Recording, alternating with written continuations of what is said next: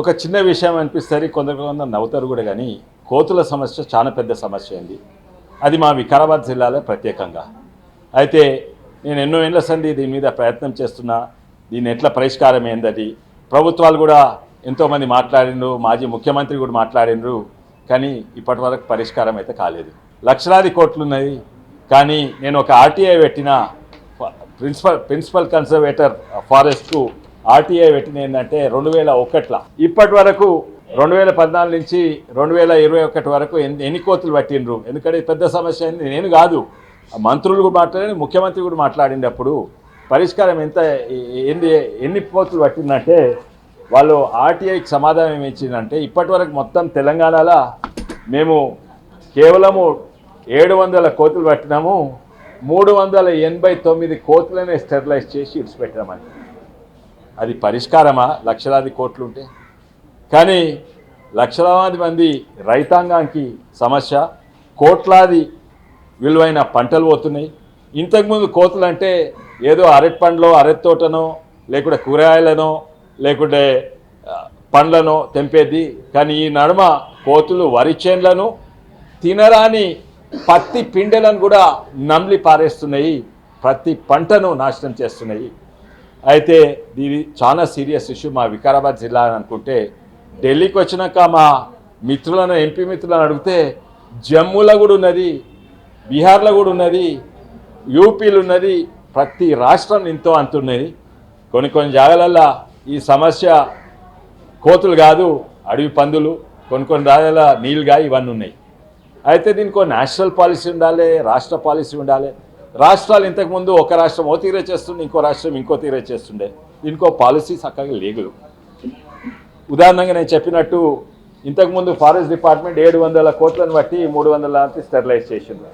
కానీ నేను ఆర్టీఐ పెడితే వాళ్ళు ఏం సమాధానం ఇచ్చిందంటే ఈ మా పరిధిలో రాదు, ఫారెస్ట్ డిపార్ట్మెంట్ పట్టణాలకు లేకుంటే పొలాలకు అది ప్రైవేట్ భూములు అయితే ఫారెస్ట్ డిపార్ట్మెంట్ అక్కడ అడుగు పెట్టదు.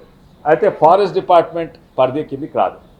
మళ్ళీ అగ్రికల్చర్ కిందికి వస్తుందా అంటే దాని పరిధికి రాదు. యానిమల్ హస్బెండరీ కిందికి వస్తా అంటే దాని పరిధి కాదు. అయితే నేను ఇవాళ ఈ ఇష్యూ పార్లమెంట్లో 0 అవర్ల ఎక్కువ సమయం ఉండదు, కానీ వివరంగా మాట్లాడినా 2-3 మంత్రులతోటి, కానీ ముఖ్యంగా ఎంపీలందరితో మాట్లాడితే అంతటా కూడా ఇదే సమస్య.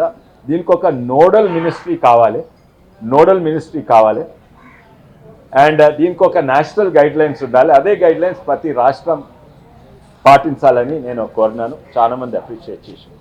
కానీ ఇది ఎప్పుడైతుందో కానీ అంతవరకు సొల్యూషన్ ఏంది, అంతవరకు కూడా మేము సొల్యూషన్. ఇప్పుడు మన తెలంగాణ మీద అందరు కూడా తెలుసు, సర్పంచ్ ఎలక్షన్స్ అవుతుంది. మా జిల్లా కాదు, సిరిసిల్లాల. ఈయన అంటుండు నేను కోతుల సమస్య, ఊరోళ్ళు అంటుండు కోతుల సమస్య నేను పరిష్కారం చేస్తే మేము సర్పంచ్ చేస్తాం. ఇక్కడనే కాదు, మొత్తం యావత్ తెలంగాణలో పార్టీలను పక్కకు పెట్టి నిజంగానే ఓ తీరుగా సంతోషము ఏంటంటే ఏకైక యునానిమస్గా సర్పంచ్ ఎలక్ట్ చేయాలి. కానీ ఈ సమస్య అన్ని పార్టీలు కలిసి, నేను బీజేపీలో ఉన్న ప్రభుత్వంతో కలిసి పనిచేయదలుచుకున్నాను. కలెక్టర్ గారితో మాట్లాడినాను. వారు మాకు అనుమతి ఇస్తా అన్నారు, ఏంటంటే పడుతందుకు తీసుకుపోయి ఇడుస్తందుకు. కానీ దీనికి స్టెరిలైజేషన్కు వీటికి వాటికి చాలా ఖర్చు అవుతుంది. ఒక కోతికి 500 నుంచి 2000 రూపాయలు అవుతుంది. దీన్ని ఎవరు పెట్టాలి? లక్షలాది కోట్లు ఉన్నాయి. అయితే ప్రభుత్వం దగ్గర పైసలు లేవు. ఇప్పుడు ఉన్న ముఖ్యమంత్రి చెప్పిండు మా దగ్గర పైసలు లేవు, పాతోడు వచ్చి అన్న దోసుకోపోయిండు, ఇవన్నీ కూడా చెప్పిండ్రు. అయితే దీని పరిష్కారం ఉన్నది. కనీసం ఫస్ట్ ఎక్స్పెరిమెంట్ మా వికారాబాద్ జిల్లాని నేను చేయబోతున్నాను. ఇది అన్ని జిల్లాలు కూడా పాటిస్తాయని నేను అనుకుంటున్నాను. మళ్ళీసారి మీడియా మిత్రులందరూ కూడా ధన్యవాదాలు. ఈ ఇష్యూ చాలా ముఖ్యమైన ఇష్యూ, మీరందరూ కూడా తీసుకుంటే చాలా మంచిదని నా కోరిక. ఫార్మా కంపెనీస్ తోటి మాట్లాడుతుంది. ఇంతకుముందు స్టెరిలైజేషన్ అంటే ఆపరేషన్ చేయాలి, కానీ ఇప్పుడు ఇంజక్షన్లు దొరుకుతున్నాయి. కానీ ఇంకా మంచిది ఏంటంటే మేము ఫార్మా కంపెనీస్ కూడా, మా ఎన్జిఓ ఉన్నది, ఫార్మా కంపెనీస్ తోటి కూడా మాట్లాడుతున్నాం. ఏంటంటే కోతులకు తిండి వేస్తే ఆ తిండి తింటే ఆ తిండిలో మందు ఉంటుంది, అవి ఖుద్ స్టెరిలైజ్ అవుతాయి. అయితే ముఖ్యంగా ఇది మా వికారాబాద్ జిల్లాలో పరిష్కారం ఈజీ. ఎందుకంటే మా దగ్గర అడవులు చిన్నగా ఉన్నాయి, తక్కువ ఉన్నాయి. మేము తీసుకుపోయి ఎక్కడనో అడవులు ఇడిచి పెడితే ఆ పరిష్కారం అది మళ్ళీ కోతులు రావు. కానీ నిర్మల్ అనుకో, ఆదిలాబాద్లో మా మిత్రులు ఉన్నారు, గొడ్డం నాగేష్ గారితో మాట్లాడినా, వీళ్ళందరితో మాట్లాడితే మా దగ్గర కోతులను తీసుకొని అడవులు ఇడిచిపెడితే మళ్ళీ వస్తాయి. అయితే అక్కడ వాటిని లాంగ్ టర్మ్ సొల్యూషన్ ఉంటుంది, షార్ట్ టర్మ్ సొల్యూషన్ కూడా. నేను యాక్చువల్లీ ఇవాళనే ఢిల్లీలోనే మా ఇంట్లోనే ఒక టెస్టింగ్ చేస్తున్నాను. ఎందుకంటే ఎన్నో యంత్రాలు తయారు చేసినాం, మేము చేసిన యంత్రాలని ఫెయిల్ అయినాయి. ఇప్పుడు ఇంకోటి కొనుక్కొచ్చినాము, అది అల్ట్రాసానిక్ అంట. అల్ట్రాసానిక్ వేవ్స్ ఇడుస్తా అంట. అవి కోతులకి ఏం పడితే పారిపోతాయంట. ఇవాళనే ఎక్స్పెరిమెంట్ చేస్తే ఇప్పుడు ఇంటికి పోయి అది ఇవాళనే వచ్చింది. అది సక్సెస్ అయితే మీ అందరిని అక్కడ కూడా పిలుస్తాను. కానీ అది ముఖ్యంగా అది షార్ట్ డిస్టెన్సే పనిచేస్తుంది, పొలాలకు అది పనిచేయదు. ఎందుకంటే 20 ఫీట్లో 30 ఫీట్లో ఓ ఇంట్లలో పనిచేస్తుంది, కానీ ఊర్లలో ఇంట్లోకి కూడా వస్తున్నాయి. కానీ పొలాలు ఎకరాలు వేలాది ఎకరాల పొలాలలో అది కష్టమని నేను అనుకుంటున్నాను.